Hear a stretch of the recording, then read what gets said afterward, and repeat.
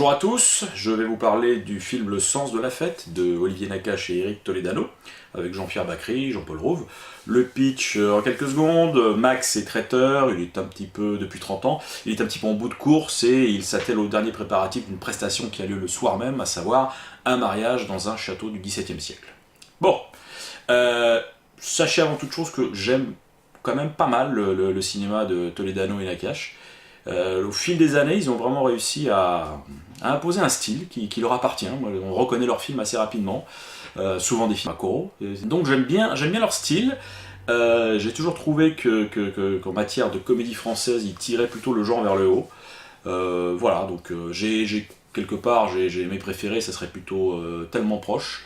Et nos jours heureux, qui étaient vraiment de petites pépites, assez sympas.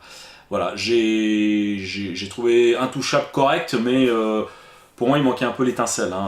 Voilà, je vous en parlerai après pour faire le comparatif un petit peu avec celui-là. Quoi vous dire, j'ai passé un très agréable moment, vraiment, tout du long. Le film fait près de 2 heures, pas trop de baisse de rythme. On est dans l'urgence des préparatifs d'un mariage, avant, pendant et même un peu après. Donc on a un rythme qui est assez alerte, qui nous met un petit peu, qui nous communique bien le stress des gens participant à l'événement. Bon, faut savoir que dans l'équipe, dans la brigade de serveurs et de cuisiniers de Jean-Pierre Bacry, il y a quelques bras cassés, on va dire à peu près 30%. Et la soirée, tant attendue, va un peu se transformer en catastrophe, mais bon, voilà, j'en dirai pas plus. J'ai vraiment trouvé que le film était intéressant parce qu'il évitait vraiment toutes les facilités du genre.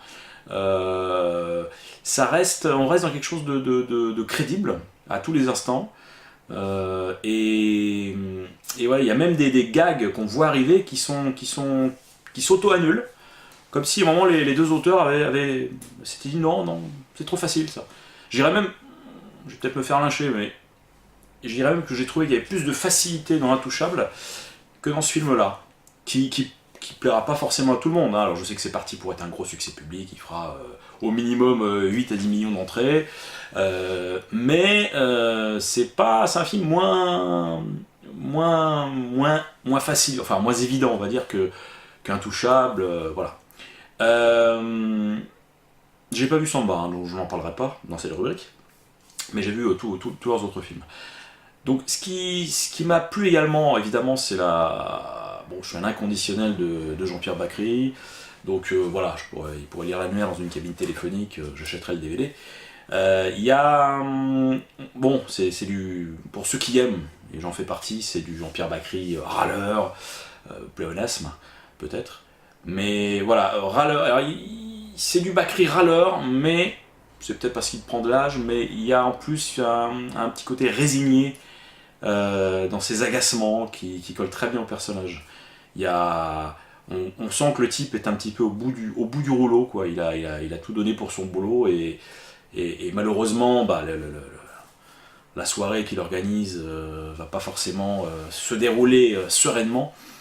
Et donc on va avoir droit effectivement à du grand Bacry énervé et en même temps voilà, qui aime quand même son métier, donc qui va prendre sur lui, voilà. Donc il est très fort pour ça et c'est un rôle taillé sur mesure. Donc ne vous attendez pas à des scènes cultes. Il y a des dialogues qui font plutôt sourire, mais tout le long du film, vous voyez. C'est pas de la grosse gaudriole, mais très franchement, on sourit du début à la fin. Il y a peut-être un léger coup de mou sur la dernière demi-heure, et encore. Quoi vous dire d'autre? Les seconds rôles sont tous excellents. Jean-Paul Rouve très bien, encore avec un personnage un peu fêlé, mais voilà, tout en discrétion quand même. Gilles Lelouch, qui est vraiment excellent dans un rôle de chanteur de bal un petit peu ringard, mais enfin pas si ringard que ça en fait, mais voilà, qui pousse la chansonnette d'ailleurs dans le film, qui se débrouille plutôt pas mal, et je trouvais.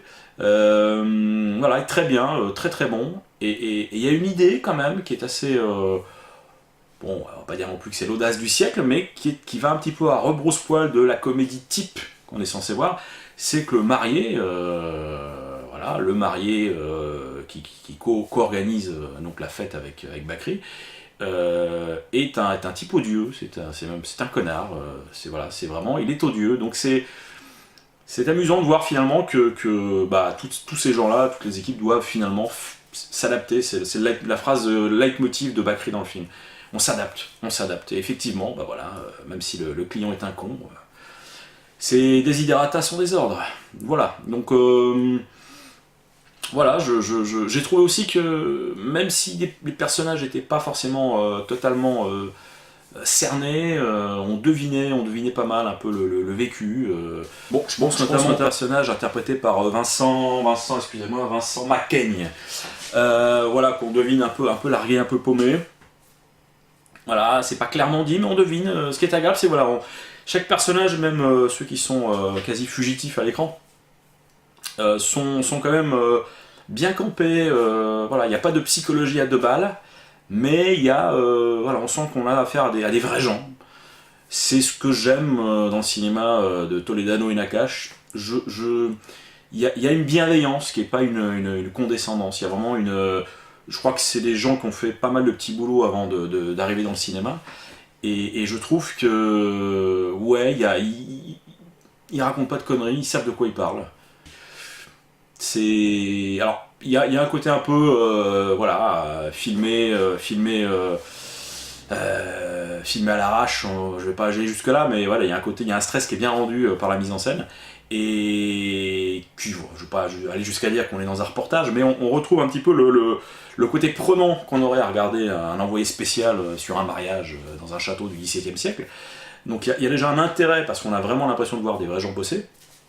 Ça n'empêche pas, effectivement, d'avoir des personnages un peu gaffeurs, et vous le verrez dans le film. Mais voilà, ça donne un côté déjà intéressant au film.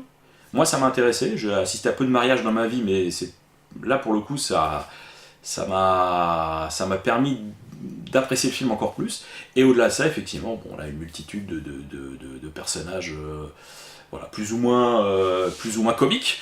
Mais voilà, le comique naît davantage des situations, des dialogues, voilà, que de gros gags. Donc voilà, c'est plutôt un joli travail, tout en finesse. Je vous recommande ce film, j'ai vraiment passé un très bon moment.